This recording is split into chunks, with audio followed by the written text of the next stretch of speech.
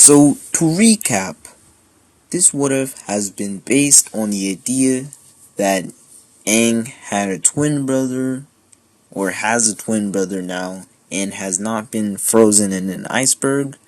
And basically, the twin brother name is Lion, and they are a prodigy airbender, and they are currently staying at Umashu, where young Bumi is. And so it has been a few more weeks since Aang and Lion have been staying in Omashu, with them further improving their airbending, and Avatar Aang focusing on his earthbending skills. As I said, nothing really happens that's important except for the massive improvement of airbending, with them being very synchronized as they're both brothers, and I think they would be really cool with each other, so they would be very good airbenders. The day before the attack on the air temples, Fire Lord Sozin is just sitting at a conference table to discuss how they will find the Avatar and have him dead. Sozin says to one of the Fire Nation generals, "I think that since the comet is tomorrow, we will strike and finish the job. It will be a perfect time for cultivating a new world without the Avatar." A top Fire Nation general says, "Yes, we already have a military setup. We just need to start plotting course for their home, and since we know where the Avatar is staying, which is the Eastern Air Temple, we will easily take them out." "What a perfect plan," says Sozin.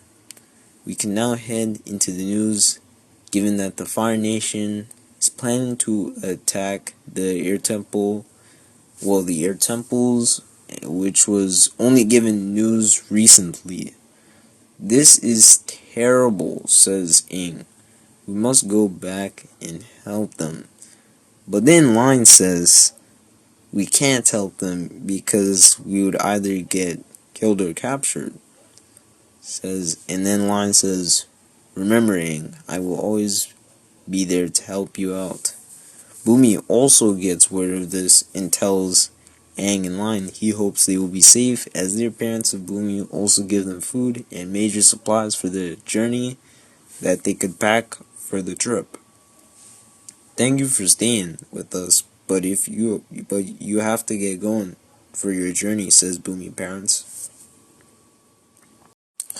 Aang and Lion depart. This time, since Aang has a bit of earthbending experience, and as the parents of Bumi also told Aang of earthbending, which he gave him lessons, he knows how to do basic things, which was also easier with the help of Lion.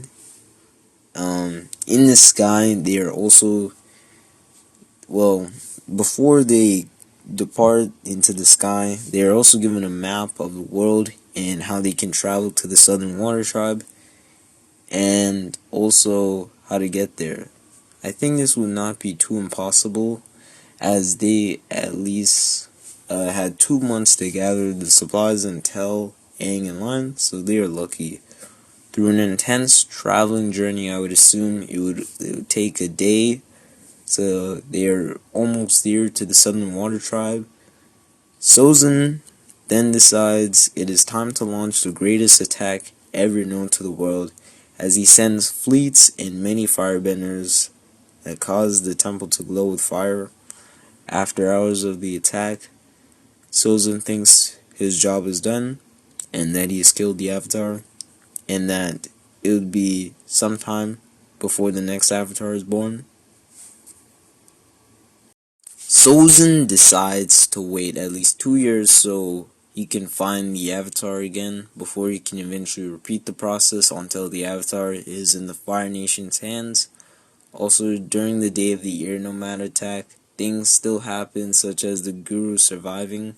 I don't know how he survived, as I don't think it is explained, but it goes the same like the events in canon. So we can now head back to where Aang meets up with the Southern Water Tribe. Having a sky bison in the air, the people of the Southern Water Tribe would believe they are a survivor, or whoever is there would be a survivor of the Air Nomad attack. So they are prepared, and I do not think the Southern Water Tribe would be evil and try to tell the Fire Lord that the Avatar is here. Well, there would be some people. It's just it's in the early days of the war, so I don't think that there would be so much tension between airbenders. So basically, after that, Aang and Lion are greeted by two Water Tribe members that they are very happy that they have managed to escape the attack. Lion then says, "Who is a waterbender teacher here?" as they land. The villagers bring a waterbending master or teacher, as you say.